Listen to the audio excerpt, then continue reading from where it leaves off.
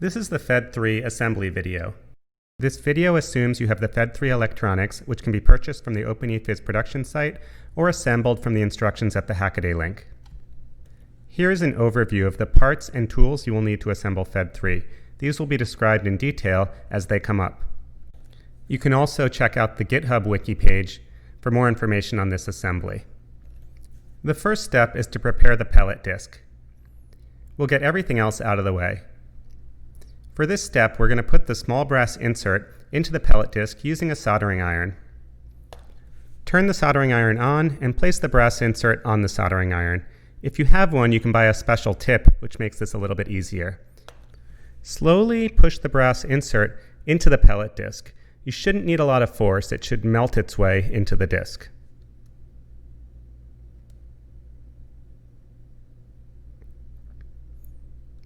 Next, take the small set screw.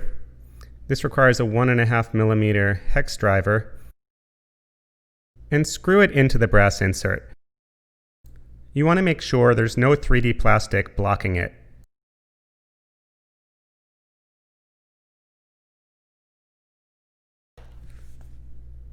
The next step is to attach the nose piece to the Fed3 housing. We have these nose pieces 3D printed in steel, which makes them very durable, but you could also print them in PLA or other plastic. Take the superglue gel and put a thin strip along the flat edge where the nose piece will attach. We're also going to put some superglue on the outer edge of the two tabs on the outside of the nose piece. Place the nose piece into the housing and take care that it's pushed all the way in and lays flat. This is critical. If the nose piece isn't installed right, Fed may not detect the pellet accurately. Put Fed aside until the glue has set. The next step, which is optional, is to attach magnets. These can be used for wall mounting Fed or using it with the in-cage insert. These are 8 mm by 3 mm round magnets. We're going to put super glue in the 4 mounting holes and then simply place a magnet into each. Be careful of the polarity of the magnets and make sure that they're aligned the way that you want them for your mounting wall. Let the glue cure before putting any pressure on these. The fourth step is to install the electronics into the 3D printed housing. You can use either the OpenEFIS electronics, as I have here, or the DIY electronics from the Hackaday. They both work, but the OpenEFIS is a little cleaner. Start by attaching the battery and then carefully place the electronics into the housing. Push down so that all 3 photo interrupters insert into the housing. The screen should align squarely with the window on the side.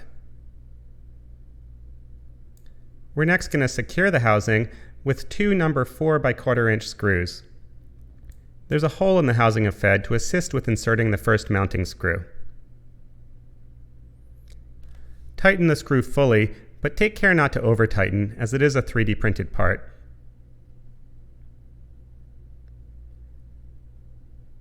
The second mounting hole is in between the feather board and the BNC connector. Using the screwdriver on an angle, tighten this screw as well.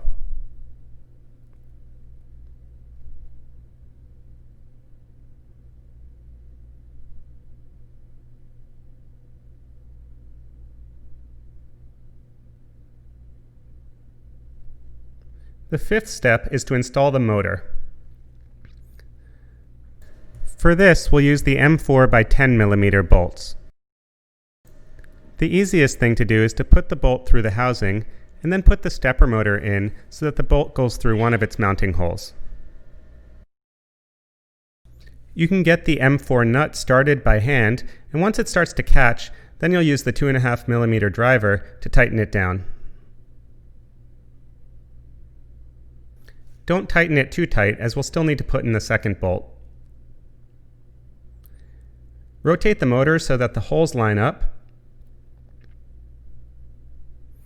and then put the second M4 bolt through those holes.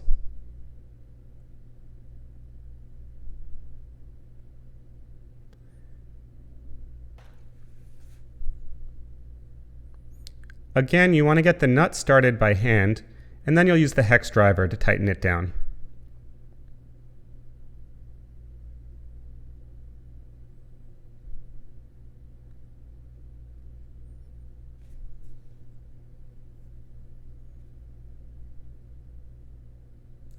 At this point, you can fully tighten both bolts.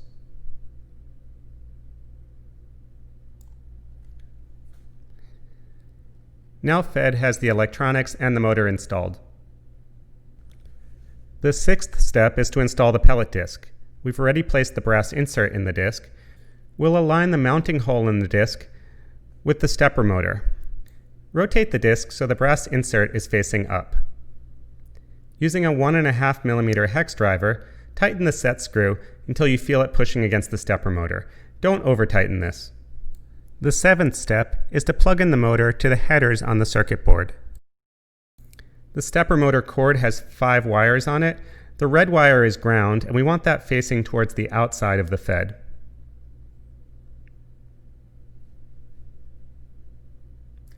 You can now place the battery in its compartment and put away the excess stepper motor wire as well. The next step is to attach the 3D printed covers. These include the lid, which we've printed in clear here, the bottom panel, which has a snap fit connector, and the side panel, which also has a snap fit connector. And that's it. That's Fed3. Finally, you should test Fed3. To do this, open the side cover to turn Fed3 on.